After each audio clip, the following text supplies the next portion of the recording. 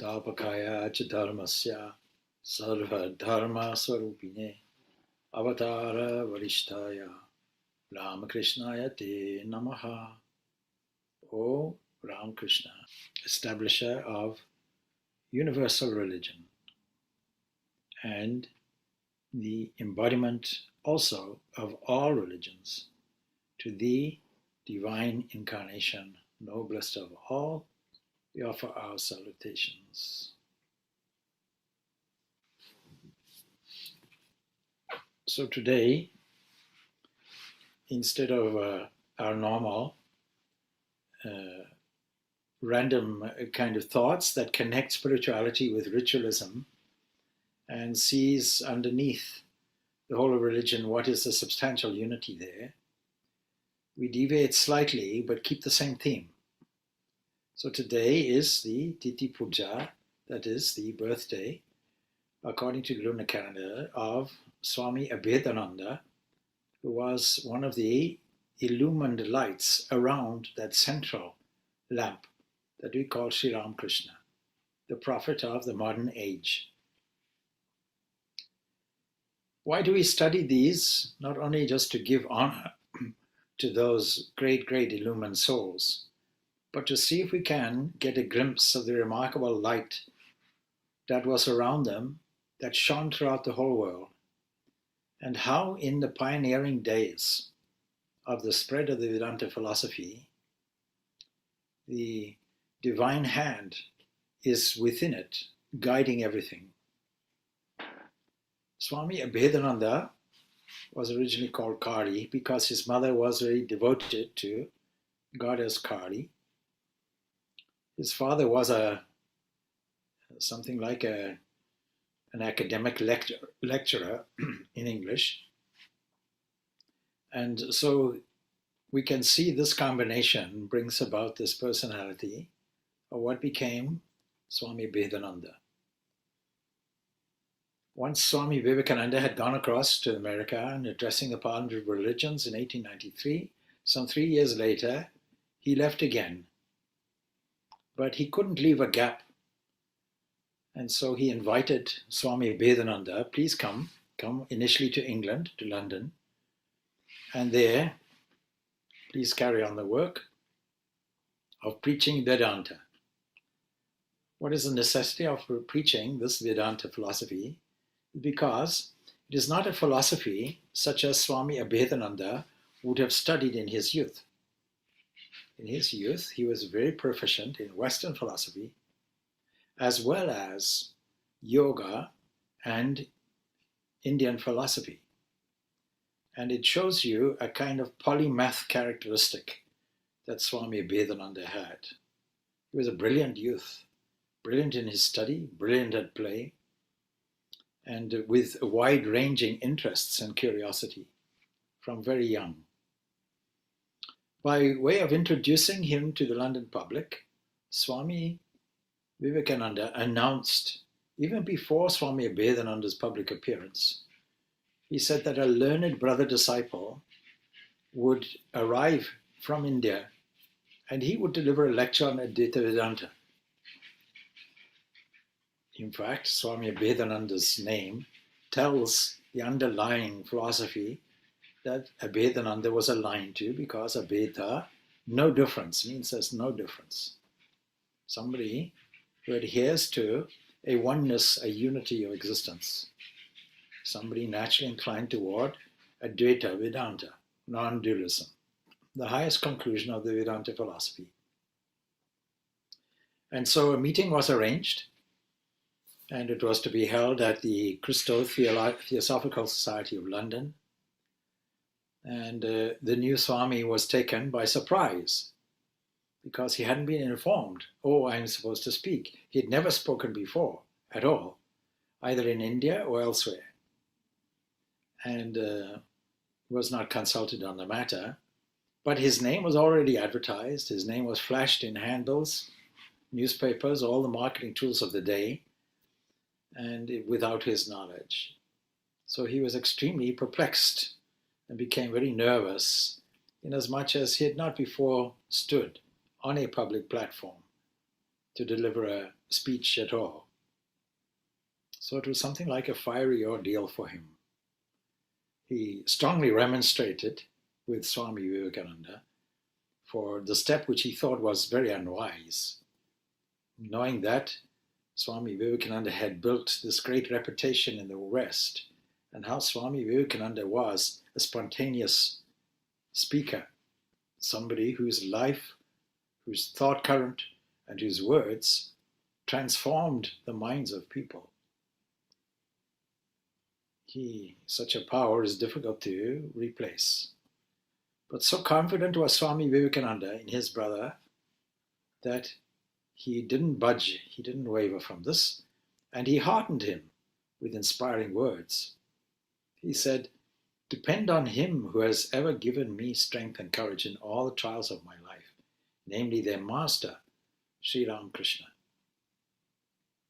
These words had the effect of comforting him and had also the effect of relaying the infinite grace of the Master. So he appeared at the meeting on the appointed day. The hall was packed to suffocation. All eyes were fixed upon the radiant countenance of this heroic soul who stood to discharge his responsibility, and he disappointed none. The maiden speech which Swami Abhedananda delivered endorsed Swami Vivekananda's confidence that only such a person could fulfill the mission of the Vedanta in England, subsequently in America also, while Swami Vivekananda could safely return in 1896 to India. Of course, Swami Vivekananda came back again, but approximately 3-year gaps take place between events. So it was a splendid success. And of course, Swami Vivekananda was overjoyed, was delighted. Referring to this happy occasion, one English disciple of Swami Vivekananda, Eric Hammond, he wrote, "The Master," he's referring to Swami Vivekananda, "was more than content to have effaced himself in order that his brother's opportunity should be altogether unhindered." You see, in the pioneering work of Vedanta, and there's a missionary endeavor that has to be done. Just as in early Christianity, the Christian message had to be spread, even before that, 500 years before that, the Buddhist message had to be disseminated in pairs by Buddhist monks all over throughout the world without disturbing any religion that was there of the day, but putting the underlayer, the underlying truth, so that everybody is free to practice their own way, their own path, their own method. But still, the anchor that holds everything together, this central truth that we call Vedanta. Veda, that is truth under the finality of truth, the underlying superstructure, as it were. So, in pioneering work, one person makes a start, another person broadens the road, and so it goes on generation after generation. This missionary endeavor throughout the world is the most important work that Swami Vivekananda managed to inculcate in Western countries. But similarly, in Eastern countries, that is in India itself, the upliftment, the service to humanity was there. It was a very unusual step because traditionally, Swami Abhedananda and other brother monks, having gotten together at Baranagar Monastery, where Swami Abhedananda was termed Kali Tapasvi, that is the great adherence he had to tapas. Swami Abhedananda describes very beautifully in a small phrase, what is tapas? Very often we are asked this question, what does this tapas mean? What is it to lead a disciplined life? But only 3 dimensions to it. Self-control, that is, control of the vagaries and directions of thought. Secondly, japa, the loving repetition of a divine name that has a potency within it, and meditation. These three things constitute tapas. How beautifully and succinctly Swami Abhedanananda was able to capture the truths and teach people. It would have been wonderful to listen to him and listen to his inspiring words as a fill-in for the grand and impressive Swami Vivekananda. So he says that the whole impression had in it, says this Swami Vivekananda's disciple, a glowing beauty quite indescribable.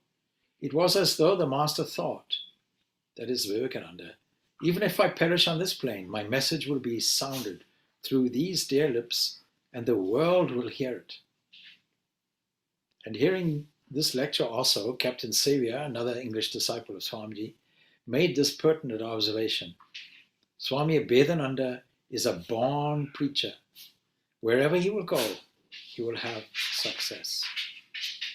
So Swami Vivekananda's confidence in his brother monk, Swami Abhedananda, was fully placed. He deemed him to be the fittest person to carry on with success the work which he had started in London. And Swami Abhedananda's sojourn there, from there on, in the West, was nearly 25 years, nearly a quarter of a century. He remained in the West, apart from one small visit in 1907 back to India. His commitment to the spread of the Vedanta was so intense. He managed also to go to America. That was a significant turning point. And so from England, he goes to America, and he travels throughout pretty much all the major cities of America, starting off from New York, where, of course, the Vedanta Society had already been founded.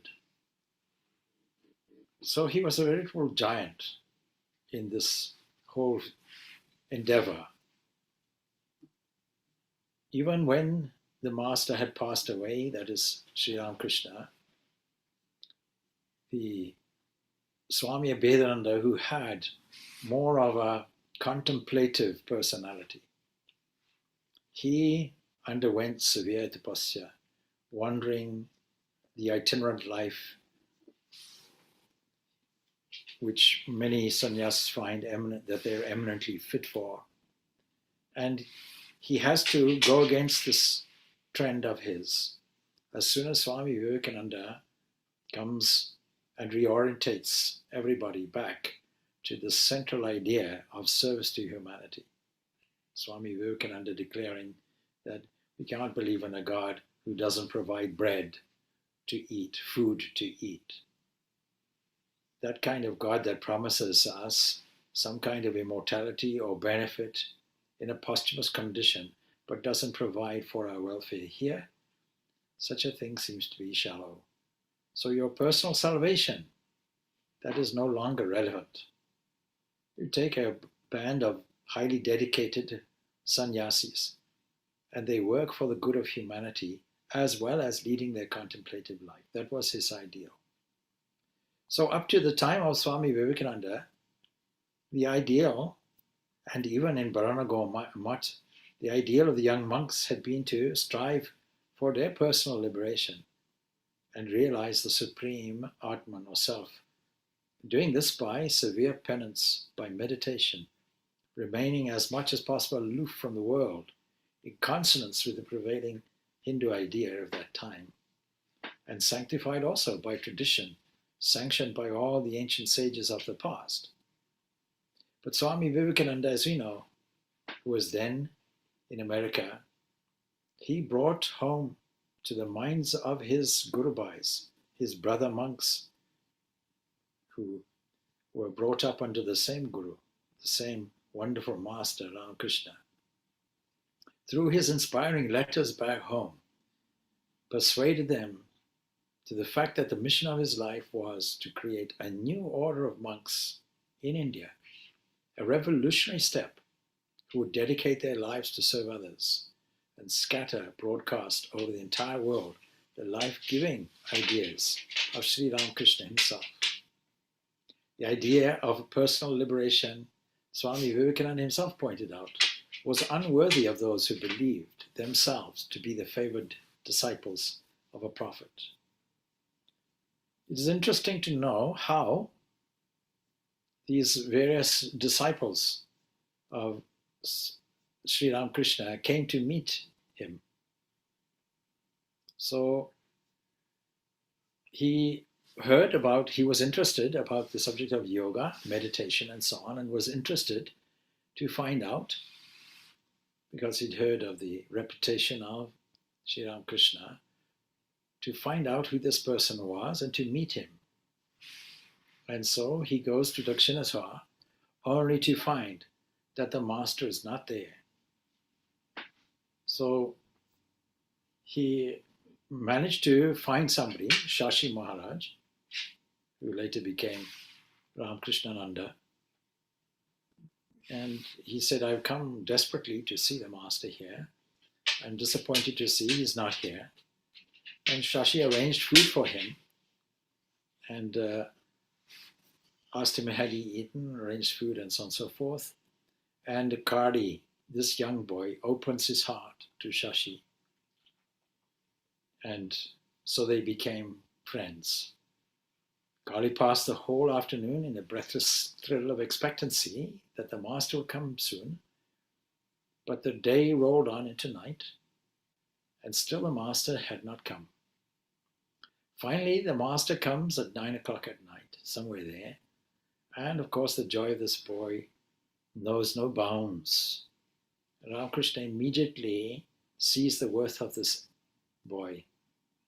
It is very rare to find the quality of the person recognized at such a young age. Ramakrishna tells him, in your past life you were a great yogi. He gives him initiation in his own intricate and unusual way by carving, as it were, a mantra on the young boy's tongue. And it is that divine touch that transformed him and has the effect of transforming so many.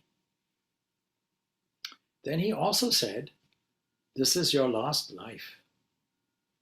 Now imagine having that insight, and imagine the prediction that the master gave, and in giving an insight to us about the sheer quality of this Abhedanananda.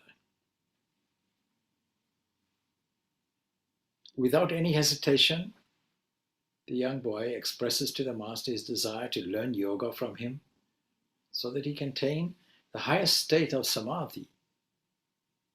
And so, at the very first sight, the master managed to fathom the depths of this boy's soul and instinctively felt that Kali belonged to the inner circle of his young devotees.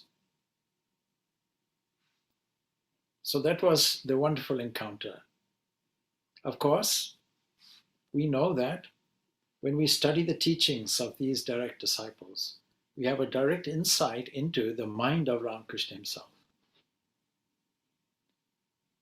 The young boy avails of every opportunity to go and see the master away from the stifling atmosphere of his home and sit with the master. But bear in mind, this young boy had not been idle.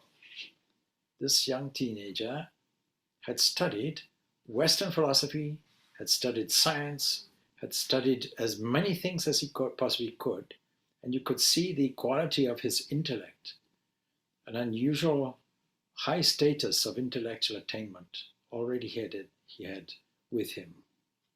And his thirsty soul also drank deep at the perennial fount of heavenly wisdom that issued, of course, perpetually from the lips of the master. And Kali found in the master the embodiment of the absolute truth, inculcated by the highest philosophy, as well as this understanding of universal religion that he'd already gained. He already had that understanding. He learned from the master that the various three metaphysical positions that come under Vedanta, namely dualism, qualified non-dualism, and absolute non-dualism, were simply stages on the way to the supreme truth. They were not contradictory. They were complementary to one another. And so the validity of all the stages harmonized, knitted in a graded series of spiritual experience, culminating in the realization of the formless absolute, this one world. Later, Swami Abhedananda had discussed with high intellectuals of the highest caliber, university professors, this question of oneness. Particularly, he was invited by Professor William James and many other distinguished academics. Swami Abhedananda left them all breathless. Nobody really could touch the intellect of Swami Abhedananda. So we see that this remarkable life transformed so many other lives within the whole of America. And when I say the whole of America, even Alaska, even Mexico, in the whole of American continent. And Swami Abhedananda also, finally on returning in 1921 to India, he stops on the way, Japan, Singapore, various places like that, always continuing to spread the missionary message of the Vedanta philosophy for the upliftment of humanity. During the master's illness, Kali was one of those who attended to the master with all his heart. And of course, one of the earlier renunciants who lived at the Baranago Mutt. It is breathtaking to see the systematic practices and pilgrimages of this Kali Maharaj. And in amongst that also, he managed to compose two beautiful hymns, one to Swami Vivekananda and one to Holy Mother. And Holy Mother, during her lifetime, and she blessed him when she heard it. She said, "May the goddess of learning ever dwell on your throat." And indeed we can see that this blessing of the Holy Mother came to be fulfilled both in the letter and in the spirit. Even in his wandering monastic life, we see a breathtaking vista of travel and of deprivation and of monastic discipline. First of all, he traveled barefoot from place to place. And of course, like every other monk, depending entirely on whatever chance would bring. And he endured all sorts of privations, hardships, practiced austerities of all kinds. It's not that we should all do this, but it is that strengthening of the will brings about the highest characteristics in a person. He managed to walk up to the sources of the Ganga, the Yamuna, and spend most of the time in contemplation of the Absolute. He visited sacred places like Kedarnath, Badrinaran, Hardwar, Puri, Dwarka, Rameshwaram. And in the course of his travels, his extensive travels, he met some of the greatest saints and scholars of the time. While at Rishikesh, he made a special study of Vedanta. He did it under the celebrated monk, Swami Dhanraj Giri, who was noted for his profundity, his scholarship, who was well versed in the six systems of Hindu philosophy. And needless to say, this rich and varied experience of his itinerant life made him the eminent person, eminently fit for this work that Swami Vivekananda had marked out for him. So, Swami Abhedananda, having returned in 1921 to India, even at a relatively advanced age, he was born in 1866. But so in his late 50s, and still for 2 years, he travels. He goes to Tibet.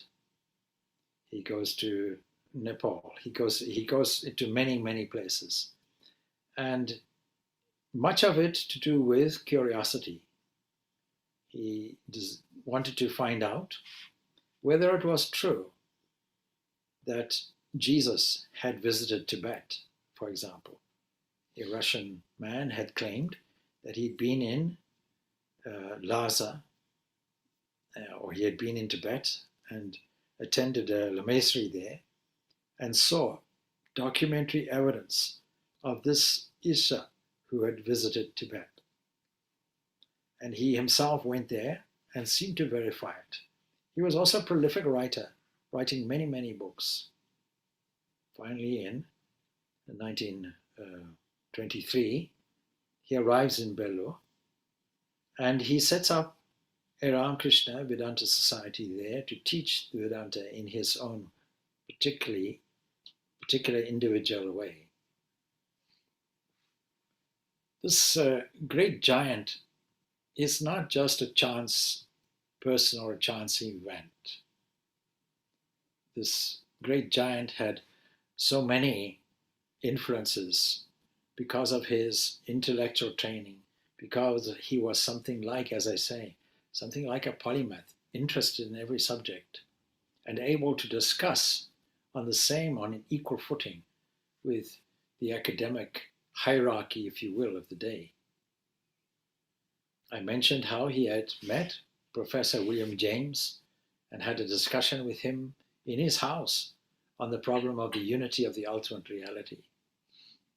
It lasted for nearly 4 hours. And Professor Royce, Professor Landman, Professor Shaler, Dr. Janes, chairman of the Cambridge Philosophical Conferences, they all took part in this. Professor James was finally forced to admit that from the Swami standpoint, it was impossible to deny the ultimate unity that the Swami was expressing. In most of his lectures, he called upon his audience to cultivate purity of thought, not just to listen to intellectual stuff. That was the minor thing. But to cultivate purity of thought to the living philosophy he was teaching, and a spirit of love for all, irrespective of caste, creed, or nationality. He said, whether we believe in God or not, whether we have faith in prophets or not, if we have self-control, concentration, truthfulness, and disinterested love for all, then we are on the way to spiritual perfection.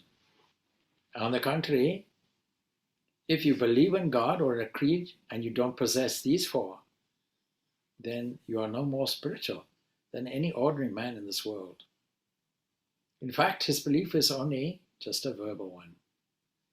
The Swami was never tired of making it distinctly clear to his Western audience that the religion or philosophy taught in Vedanta is not just an intellectual assumption. It was a living, practical religion. It's the result of long and arduous search and inquiry into the ultimate principle of this universe. That supreme principle that we call Brahman, the unchangeable substance. And that has been expressed, this was his unified message, under various names: God, Creator, Designer, First Cause, Father, Jehovah, or Yahweh, Allah, Brahman, all in different systems of thought. And so he also continues an interfaith movement, really. If we wish to know this ultimate truth, he said, we must go beyond the pale of nature and seek the explanation in the realm of the absolute. Nature, with her manifoldness, deludes us and lands us in uncertainties. And he was also versed with science in his day, expressing it in language that was understood by the intelligentsia elite. Because the scientists, even after careful scrutiny of natural phenomena, he said have arrived at certain conclusions, which are like conclusions in which nothing is concluded. You can't find it in modern science or in any science. The latest finding of science is that the ultimate goal of everything is unknown and is unknowable. But Vedanta comes to the rescue. It advises its students to study not just nature, but also the thing which is behind and within it, the immortal self, or Atman. It is beyond nature, beyond name, beyond form, beyond multiplicity. All confusion will be removed when this absolute truth is known. This is the important message of Vedanta as the religion of the future, because it rescues people from this individual tug of war that takes place out of pride for individual religious culture. It transcends the divisions. He knew that scientists such as Huxley, Tyndale, Spencer, even philosophers such as Immanuel Kant, all agreed in substance with a particular view advanced by this Vedanta, which could manage to incorporate all of this, and he stressed this. He was, of course, contemplative always by nature, but he was able to maintain a poise and calm even in the midst of his strenuous activities, and this added a kind of grace and beauty to his manifold works, and acted with telling effect upon all who came in contact with his magnetic personality. We've mentioned his scholarship, but his scholarship was the despair of many. His intellectual brilliance, his dignified bearing. Every picture you see or photograph of him, you'll see this magnificence of dignified bearing. And also his nobility of character. So it commanded automatically loving homage from even the most aristocratic sections of the American people. So under his able leadership in America, the seeds were sown that were sown by Swami Vivekananda, flourished on American soil and went on growing vigorously. We now have so many branches in America, but it's not just through the branches. It is also through a general upheaval in American society, open to the ideas of this Oriental philosophy. So he was not only a powerful speaker, as I say, but a prolific writer. His thoughts were printed to a wider circle of people in different countries. His writings contain deep philosophy and also a wealth of information couched in quite a popular style, a readable style. And as such, they have been of immense help in broadcasting the philosophical and spiritual ideas of India. They constitute a valuable legacy. Ultimately, the work that he was doing had a telling effect on his physical system, and ultimately his body broke down, having established not only the work worldwide, but also, or at least in America, but also having published many, many books, established a Bengali monthly magazine, and he spent the last drop of his energy for the spiritual benefit of those who came in touch with him. He is the only disciple of Ramakrishna whose voice we have heard. And he managed to broadcast this at the Parliament of Religions from the town hall in Calcutta at the centenary of Sri Ramakrishna in 1937. He rose equal to this occasion. He never forgot to emphasize in the course of his learned address the synthetic message of the Master, Bhagavan Sri Ramakrishna. And he said that the message was to show by his living example how a truly spiritual person, being dead to the world of senses, can live on the plane of God consciousness. For the first time, it was demonstrated that all religions, like so many paths leading to the same goal, that the realization of the same almighty being is the highest ideal in all religions, be they Christianity, be they Islam or Judaism, Zoroastrianism, Hinduism, as well as all the other religions. So Sri Ramakrishna's mission was really to proclaim the eternal truth, that this God is one, but has many aspects, and that the same one God is worshipped by different nations under various names and forms.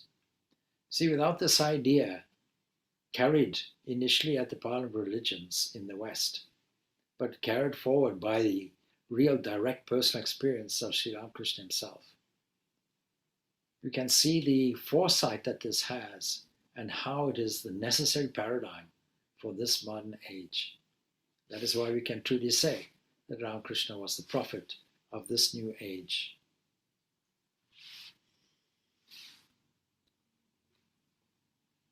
We can see some of his teachings and in honor of him who, as I say, born in 1866, but also died on 8th September 1939. And we know that he passed into the realm of eternal bliss because his master had said, "This is your last life."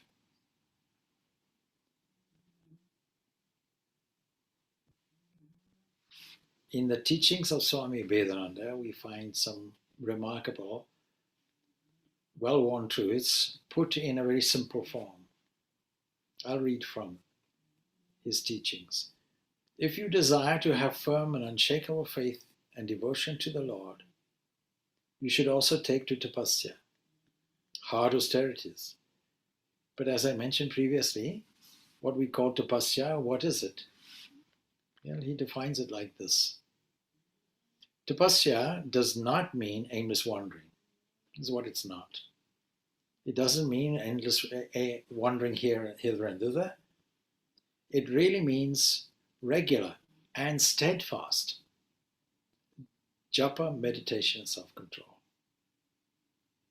If you pray with a yearning heart to the Lord to get devotion and faith, he grants it.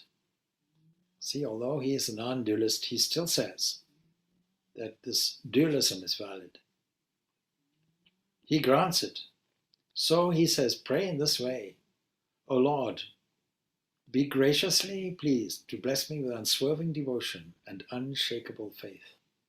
May my mind and heart be ever attracted to thy lotus feet, and may it not wander from there in any other direction. He says, when one seeks, that one gets. Whatever you seek, you get. You have got what you wanted. When you really hanker after God, he will raise your mind from things of the world and grant you his vision. But as long as you are attached to the world and are strongly inclined to the things of the world, can you yearn for the Lord with all your heart? We can see all the echoes of Ramakrishna throughout these teachings, including this one. He says, practice to be like the kitten, calling on their mother, and remain with joy and satisfaction in the place and state in which she, the Divine Mother, puts you. Complete resignation to the will of the Divine Mother is what is wanted. Sometimes one of the hardest things we have to do is letting go. He continues, you must become ever joined with the Lord, wholly without any distraction. Pure and absolute single-minded devotion to the Lord is what you should cultivate. Unless one has inner peace and contentment, one will find restlessness and suffering wherever one goes. Raise a wall all around your mind in your discrimination. Do not allow the distraction of external circumstances to enter your mind.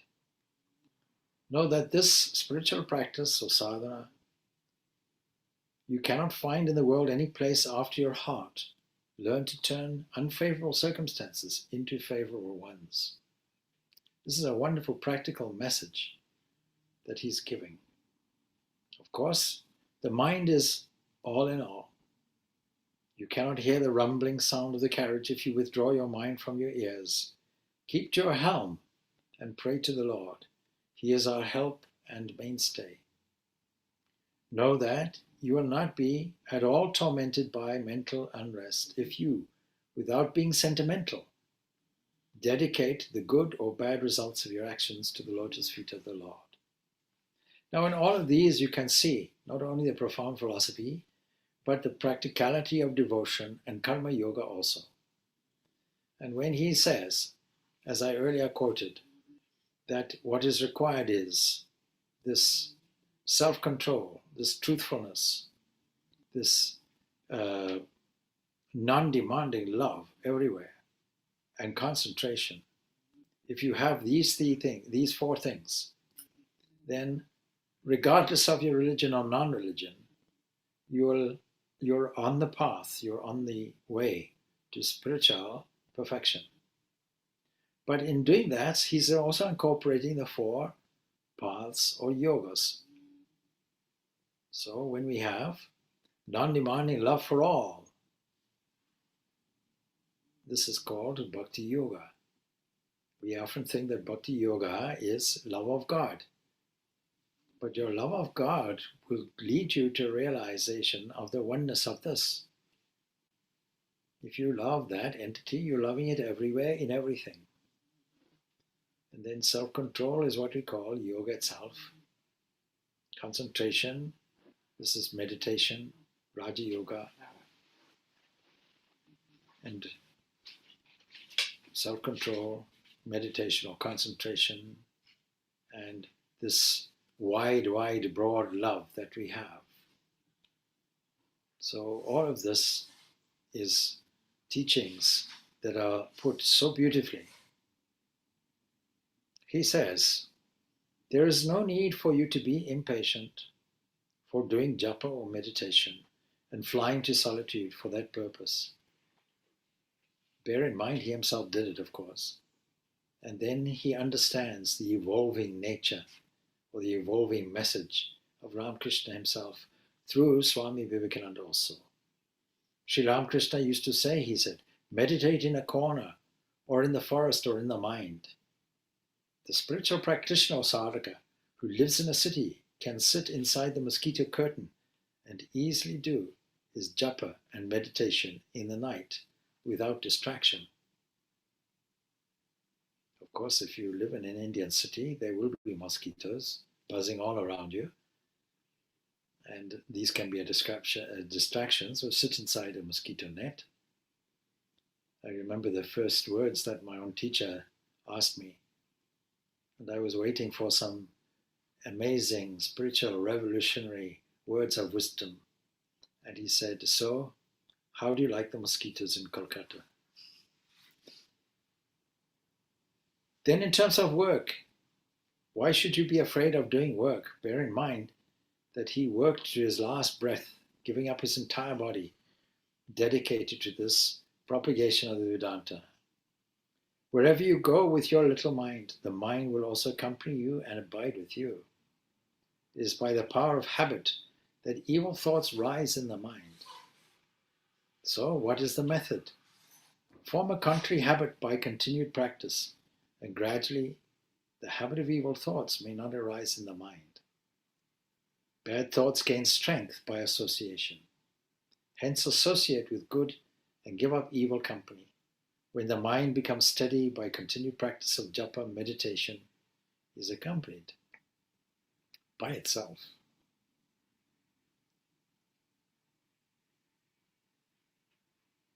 Even in the matter of yoga, as it is classically understood, he will say, raise your mind to the Ajna Chakra, the center between the eyebrows, and ponder over the truth that lust, anger, and the rest are not the attributes of the soul. Meditate on this idea, repeat the great truth, I am Brahman, and contemplate on the soul, which is the witness, the inspirer, the absolute, the one without any attribute. So he goes on, and it is worth studying all the magnificent works that he produced, all on philosophy, yoga as a discipline. Don't forget, he was entirely enamored in his own search and his own practice with the path of Patanjali's yoga. And it was only when he met the wonderful master, Ramakrishna, that immediately this was open to him. So this is our way of celebrating and honoring the remarkable life and teachings of Swami Abhedananda. And may his blessings and those of Sri Ramakrishna always follow you and overflow on you, transforming your life and that of others. Om Shanti, Shanti, Shanti. Peace, peace, peace beyond.